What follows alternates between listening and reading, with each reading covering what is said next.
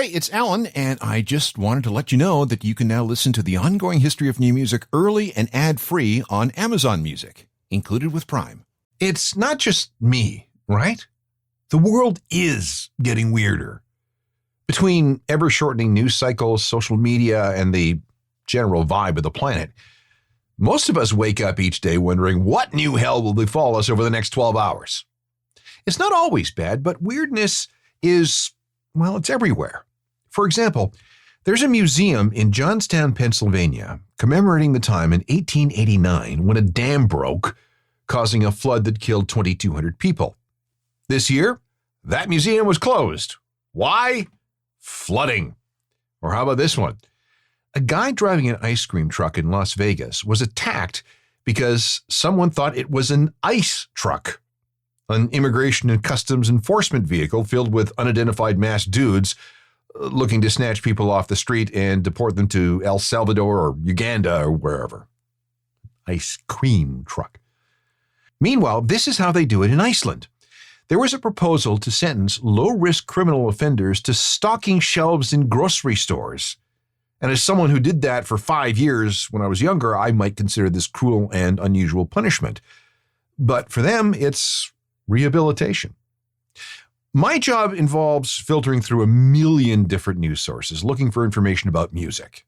Much of what I find ends up in ongoing history of new music programs and podcasts.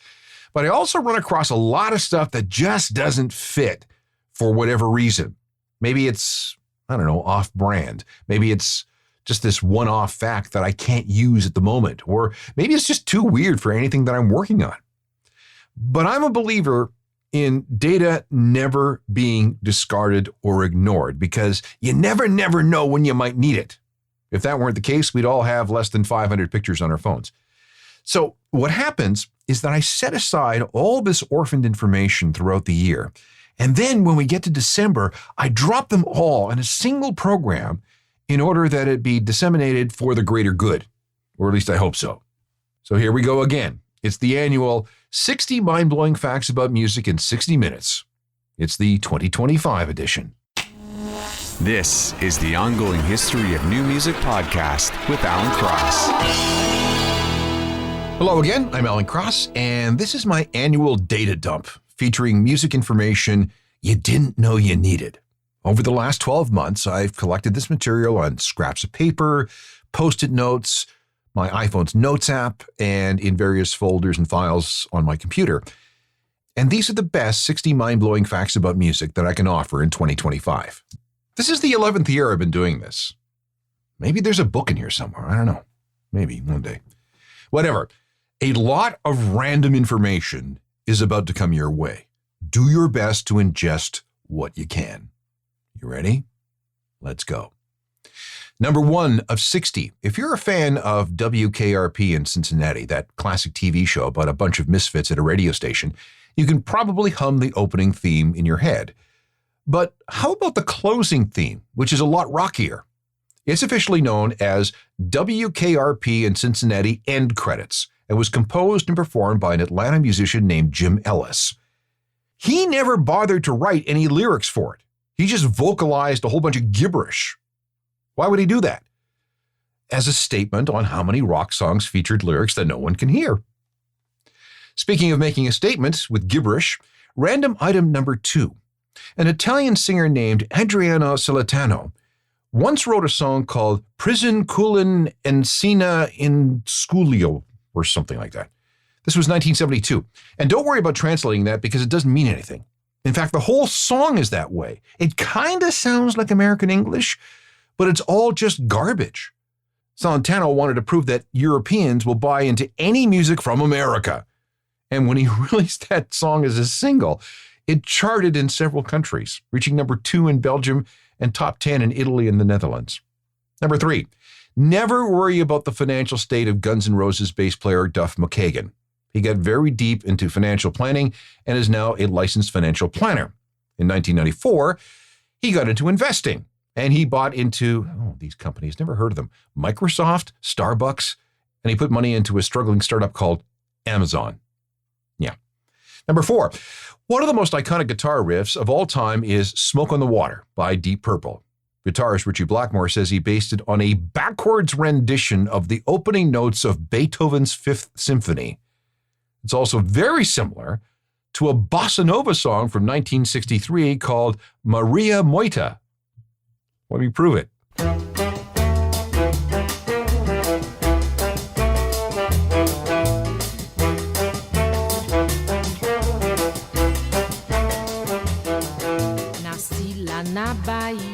Mind-blowing fact number 5. The Edge from U2 was supposed to appear with Bono on Do They Know It's Christmas back in 1984, but he couldn't make the session.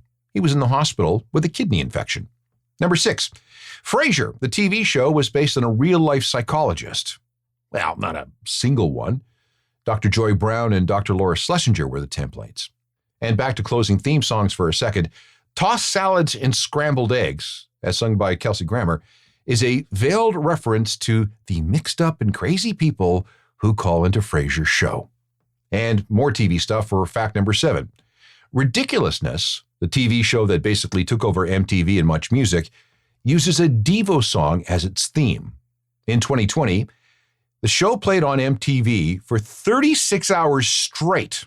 So that's 72 episodes. 1 week, Ridiculousness accounted for 113 of the 168 hours in MTV's broadcast week.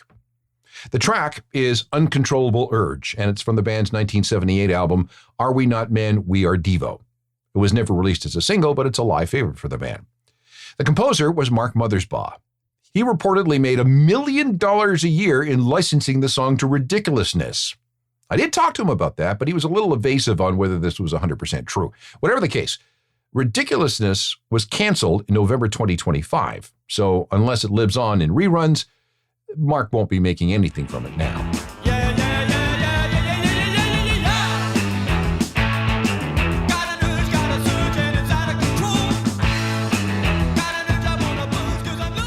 Let's pick up with 60 mind-blowing facts about music with item number 8. Osama bin Laden was a major fan of Avril Lavigne. When his Pakistani compound was raided, pictures of Avril were found on some of his hard drives. Oh, and the B-52s were there as well. I'm just trying to imagine Osama bin Laden dancing to Love Shack or Rock Lobster. Number 9. Do you have wireless headphones or earbuds? Of course you do. That technology originated at NASA during the Mercury program in the early 1960s. They allowed astronauts to communicate hands-free. So who says that space exploration is a waste of time and money? Item number 10. Summa College in Eindhoven in the Netherlands offers degrees in heavy metal. You can study singing and any number of instruments with the curriculum structured around just metal.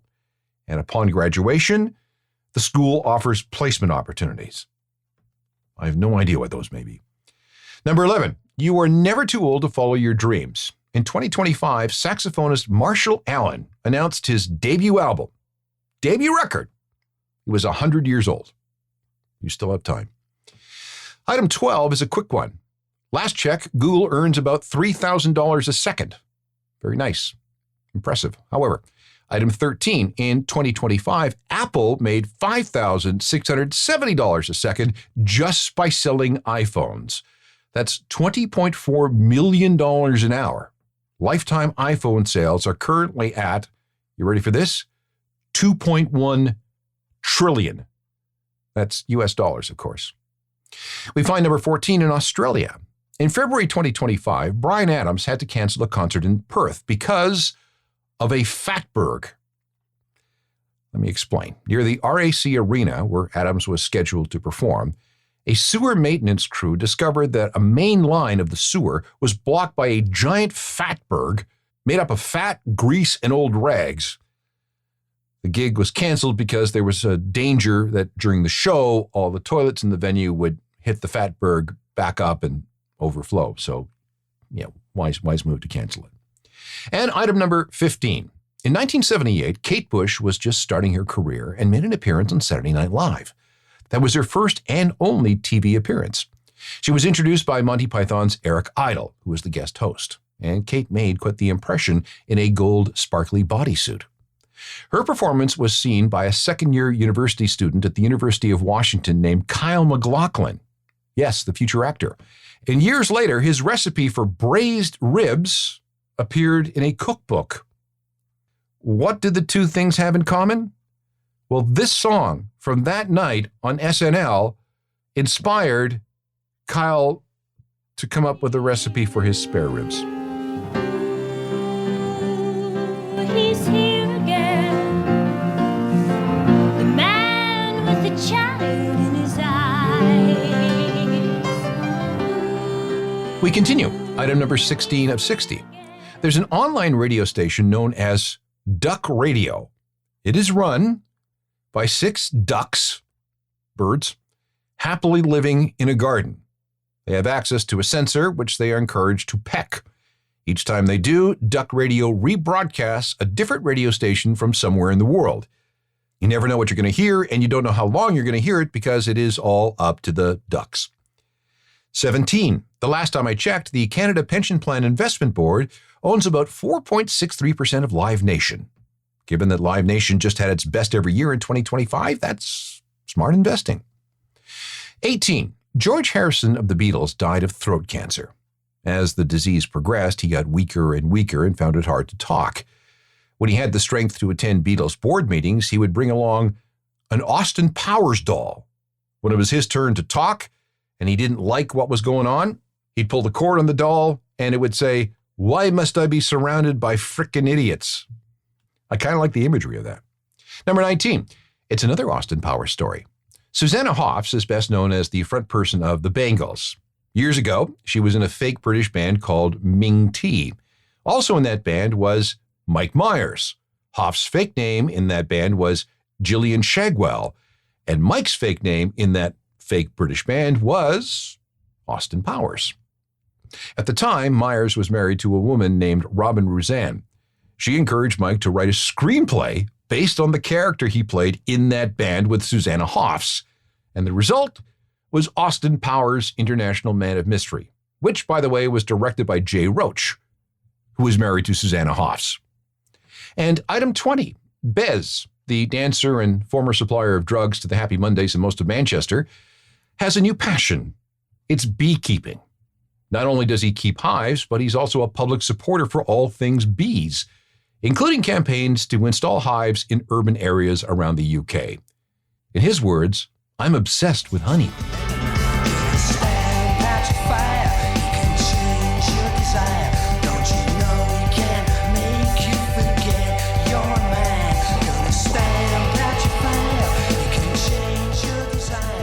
We are nowhere near done yet. More of the 2025 list of 60 mind-blowing facts about music in 60 minutes coming up. Welcome back to the annual data purge known as 60 mind-blowing facts about music in 60 minutes. Well, at least it's 60 minutes for the radio show. The podcast, a little shorter, but it still contains 60 items. And we're up to fact number 21. You might buy a lot of stuff through Amazon, but the company's big moneymaker is their web services division to serve companies that need cloud computing. To keep up with the demand, they need bandwidth. So the company is going to lay a new undersea cable in the Atlantic, capable of streaming 12.5 million high-def movies at the same time. Now, a high-def movie in 4K needs about 30 gigabytes. So 12.5 million of them equals 375 million gigabytes, which is 375 petabytes. And that volume of data are going to be flowing at the same time. Now, a CD holds 640 megabytes. Now, my math is really bad, but I think that works out to this cable being able to transfer 585,937,500 CDs per second. 22. The most important drum machine of all time is the Roland TR-808. It is the foundation of so much hip-hop and electronic music. But it would have never been that way had it not been for some defective transmitters used in its manufacture. Roland used transistors that were rejected for use in other devices because they were too noisy, too much inherent distortion. Rather than throw them out, they were used as noise oscillators, which is exactly what you need to build drum machines. I love stories like that. 23. I had no idea about this. The most successful Police album is Synchronicity. This is from 1983. Did you know that there are 36 different versions of the cover artwork? You'd never know it unless you looked for it. Each version has different arrangements of the blue, yellow, and red stripes along with different shots of the band members. 36 different versions. Take that, Taylor Swift. Number 24, and we're going back to TV. Bryan Cranston is one of my favorite actors. If you remember him in Malcolm in the Middle, he was always humming and whistling songs in the show. He joined a songwriters guild so that he would be paid performance royalties for that humming and whistling on the show. And when the royalty checks came in, he threw parties for the crew. 25. You know the garage band classic Louie Louie by the Kingsmen? The bass player was a guy named Norm Sunholm, and he was frustrated with the output of his amp. He and his brother set out to correct that, creating one of the first ever high-powered concert bass amplifiers. And the result was the Sun Musical Equipment Company. Their gear was used by The Who, the Rolling Stones, Jimi Hendrix, Cream, and dozens of others. The company still exists today, and it was born out of that one-hit wonder, Louie Louie. 26. Speaking of one-hit wonders, remember the song One Night in Bangkok from 1984? It was sung by a guy named Murray Head. His brother is Anthony Head, and he plays Rupert in the series of Ted Lasso. Nobody needs to know that, but here we are. And 27. We tend not to think of Madonna as a fan of post-rock, yet she is the reason we have the Deftones today. In the 1990s, Madonna had a label called Maverick. Guy Oseary, who would later become a high-powered artist manager, was the label's A&R guy. He liked this band, but he didn't know what his boss might think. Deftone demos made it all the way up the chain until it reached Madonna. She liked what she heard, and the Deftones got their deal. So, thank you, Madge.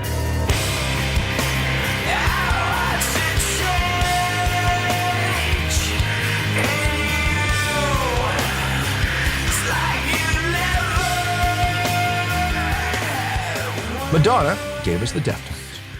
Number 28 of 60, in case you were wondering, there are 443 feet or 135 meters of magnetic tape on each 90-minute cassette. Number 29. If you're of a certain age, you'll remember the counting song from Sesame Street. This one is called Jazzy Numbers, and you'll never guess who the singer is. It's Grace Slick from the Jefferson Airplane. 1, 2, 3, 4, 5, 6, 7, 8, 9, 10. 1, 2, 3, 4, 5, 6, 7, 8, 9, 10.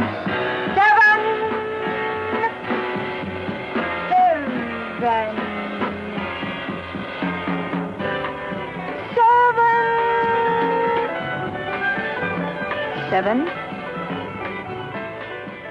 Number 30. I should have figured this out years ago. It's more TV, too. The Mission Impossible theme was written by composer Laszlo Schifrin in 1967 for the original TV show. It's based on Morse code. If we abbreviate Mission Impossible to MI, M is dash dash and I is dot dot. Therefore, we have dash dash dot dot dash dash dot dot dash dash. Once you hear it,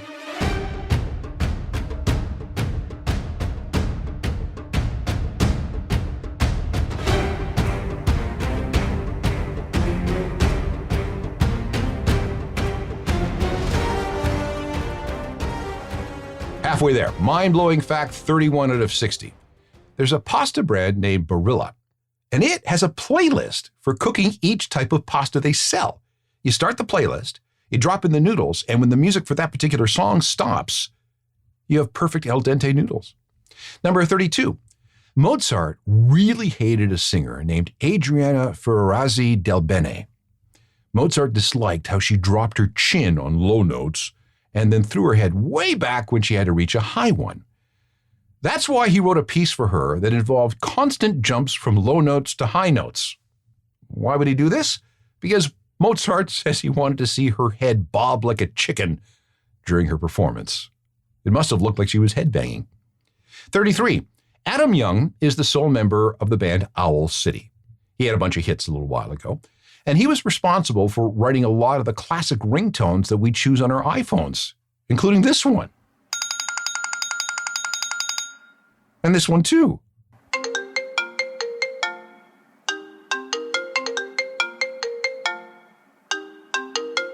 Now we know. Number 34 involves a tax dodge by ABBA.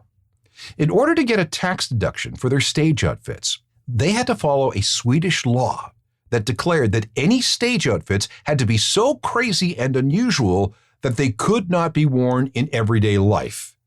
And that's why ABBA's 1970s outfits were so weird. And for number 35, I have a wild theory. Tori Amos invented pumpkin spice latte. Now let's break this down.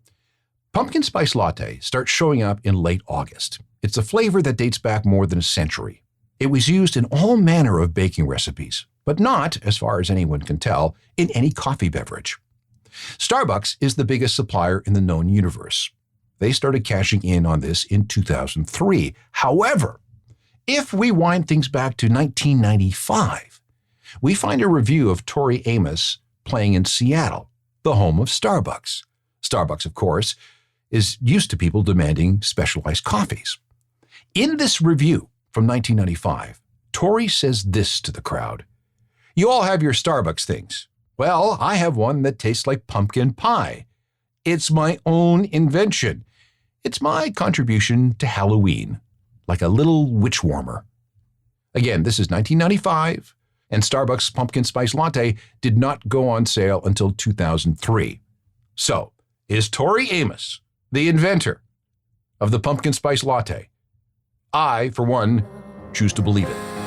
With the lights out, it's less dangerous. Here we are now. Entertain us. I feel stupid. Tori Amos, the alleged inventor of the pumpkin spice latte. By the way, Kenny G, does he play the clarinet? He claims to have invented the Frappuccino, and the Cloud Macchiato apparently has something to do with Ariana Grande. Who knows? Let's keep going. Item 36, and this is actually very helpful. There's something known as playlist burnout. Endless choice in music equals emotional burnout. We just don't hear the music anymore. It becomes background noise.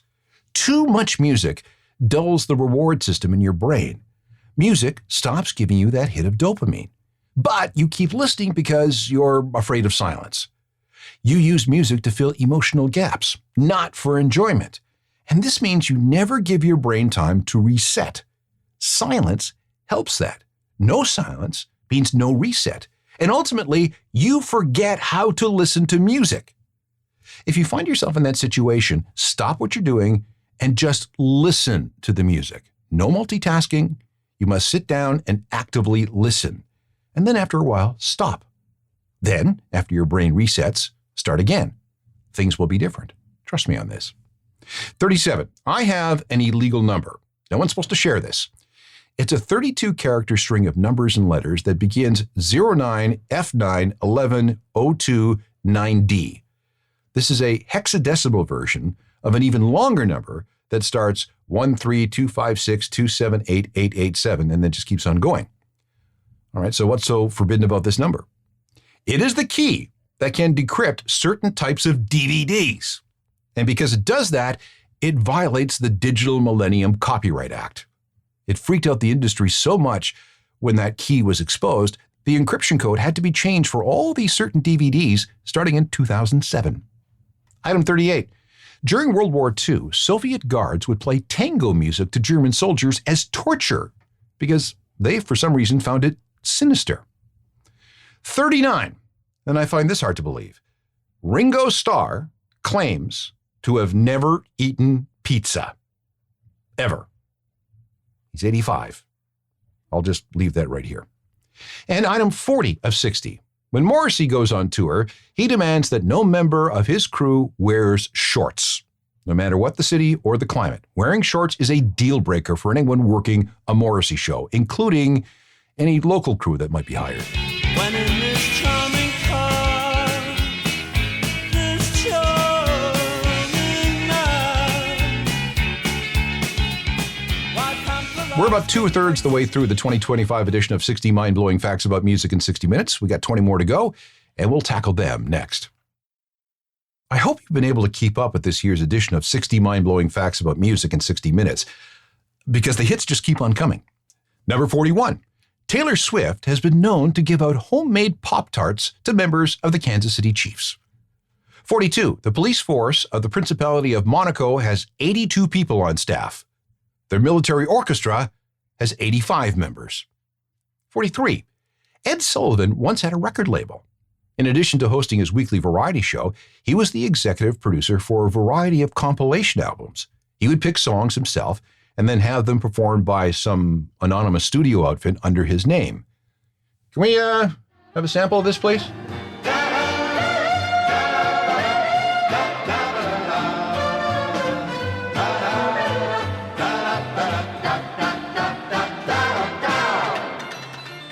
Okay, enough of that. There are 3 or 4 albums out there, and some people view them as highly collectible. Number 44. How to ruin a $2 million recording console with a cheeseburger.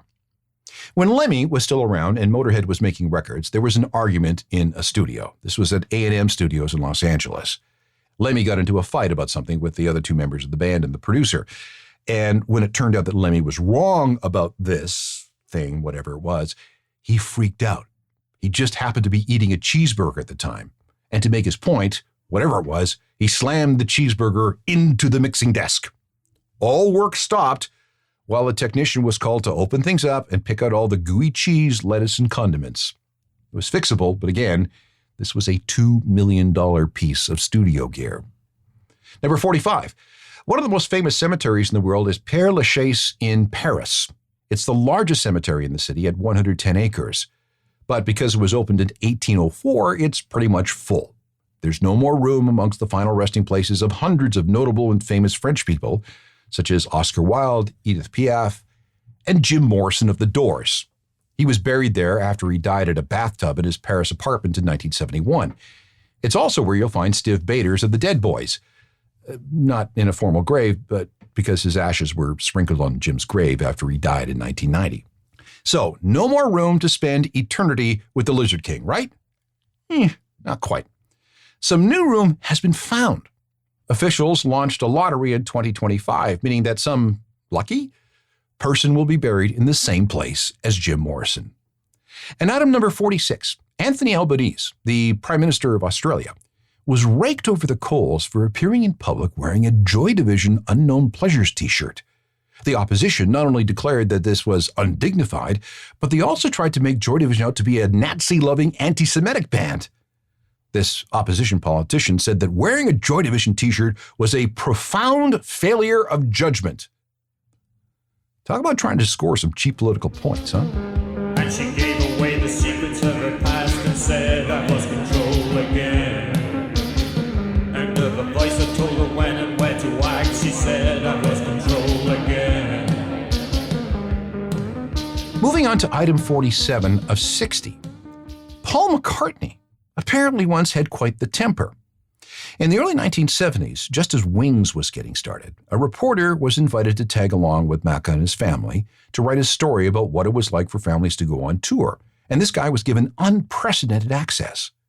When he wrote a negative review of a show that he didn't even attend, along with all kinds of other snarky things, McCartney was furious. To make his point, McCartney and his wife Linda took the deposits in baby Stella McCartney's diaper, put them in a hotel soap dish, wrapped it all up, and sent it to the journalist.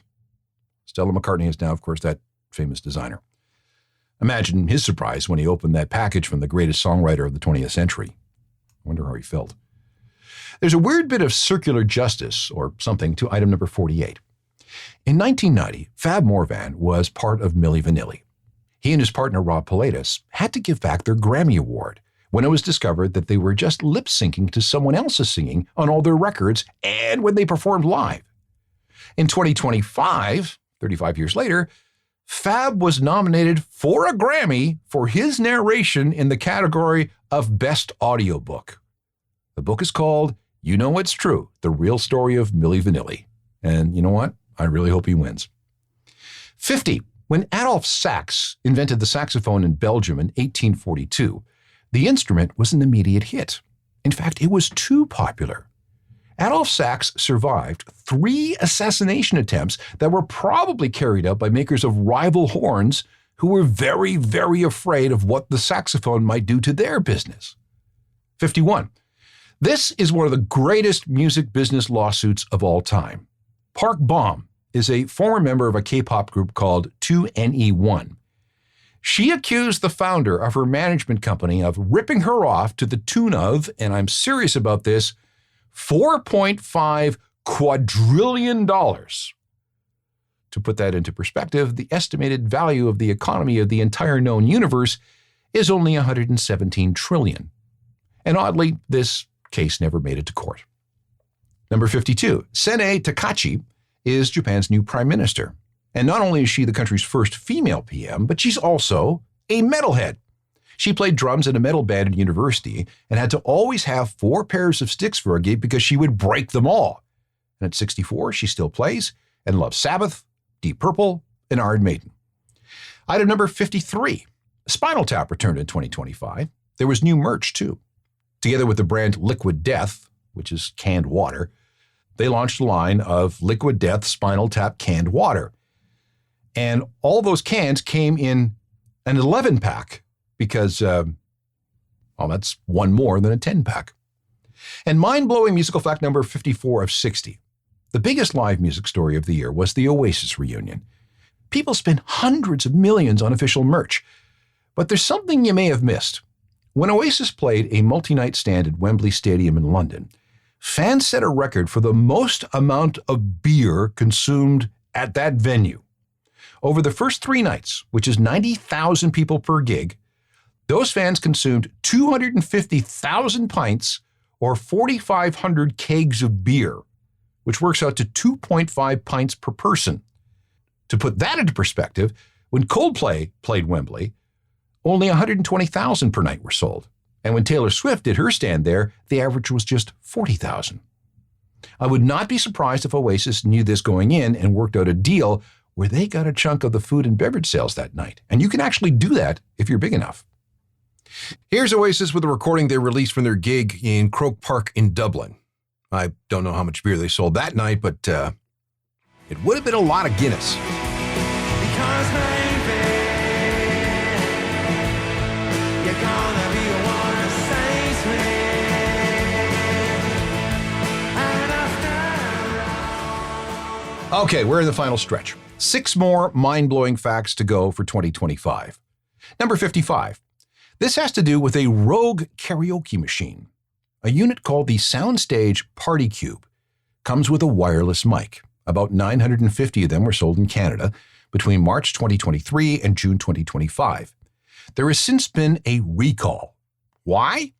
Because the frequency used by the wireless mic interferes with those used by police and emergency services.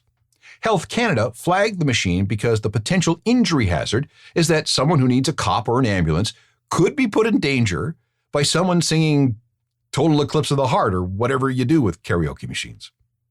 56. In an interesting experiment in cross-species music making, a Manchester outfit called Bionic and the Wires plugged some mushrooms, fungi, and some other plants into sensors. Those sensors are capable of picking up the very tiny electrical bleats emitted by plants. They turn those bleats into MIDI language, the thing that allows electronic devices to talk to each other. And then they translated that into motor signals.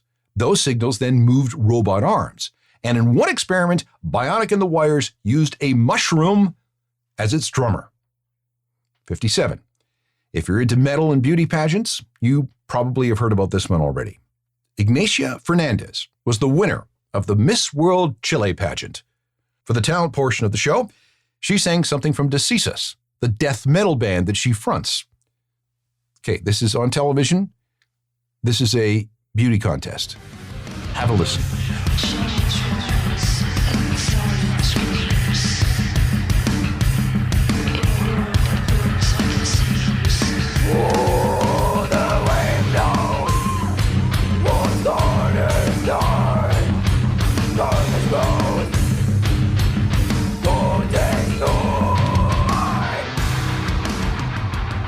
It works way better with the video, but it's just fantastic. Number 58. Props to Tyler Visser. He's one of those YouTubers who does drum covers, And earlier this year, he sat down behind his kit and performed every single Tool song in one single 7.5-hour session. It's not quite true. He didn't get to sweat and disgusted for some sort of copyright reason, but all the other Tool songs, played them all in a row. Number 59. If you love vinyl, but think regular records are too big, there's a company called Tiny Vinyl. They're issuing 4-inch singles, one song per side. And the last time I looked, there were 31 titles in the catalog, including material from Black Sabbath and the Rolling Stones. And finally, mind-blowing fact about music, number 60 of 60. Another big reunion tour of 2025 was that of My Chemical Romance, who played a bunch of stadium gigs. But not without controversy. A TikTok user under the handle @Zealous4Jesus, obviously a religious sort of guy, posted a 90-second video that he says undeniably confirms Gerard's transformation mid-performance into something weird. Demonic. This allegedly happened on August 9th at MetLife Stadium in East Rutherford, New Jersey. Please tell me y'all saw the dude from My Chemical Romance, I think his name is Gerard, morph into a demon mid-performance at his concert a couple days ago. If you didn't see it, trigger warning, if you're easily scared, click off the video right now. But this is what he looked like. Yes, this is that same man, complete morphing into a demon, a reptilian, if you will.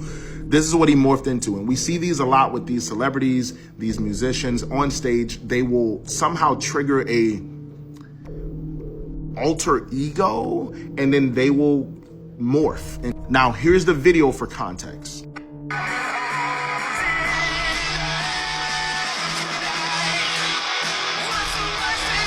But it was twice. I don't know if y'all saw initially, he morphed, he went back to himself, and then he morphed. You know, I thought the internet was supposed to make us smarter.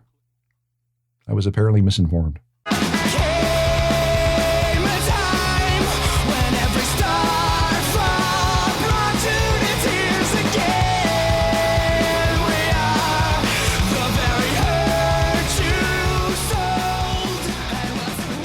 And there you have the 2025 edition of 60 mind-blowing facts about music in 60 minutes. Like I said earlier, it's a little shorter if you're listening to this as a podcast, but you still get all the facts. The podcast is also a great way to go back and listen to everything else that I just told you, because that was a lot. And then once you're done that, there are the other end of the year shows just like this. I started doing this in 2015, so that's a total of 11 60 and 60 episodes. And now that I've set up some folders on my computer and phone, and I'm collecting material for the 2026 edition. Meanwhile, go and listen to some other ongoing history podcasts. There are hundreds. You can also check out my other podcast, Uncharted, Crime and Mayhem in the Music Industry, and it's all about true crime meets music. I think you'll really like them. There's my website, ajournalofmusicalthings.com, which is updated every day with music news and information. I'm on most of the social media networks, and you can also reach out via email. Use alan@alancross.ca, and I'll get right back to you. Technical production for all this is by Rob Johnston. We'll talk to you next time. I'm Alan Cross.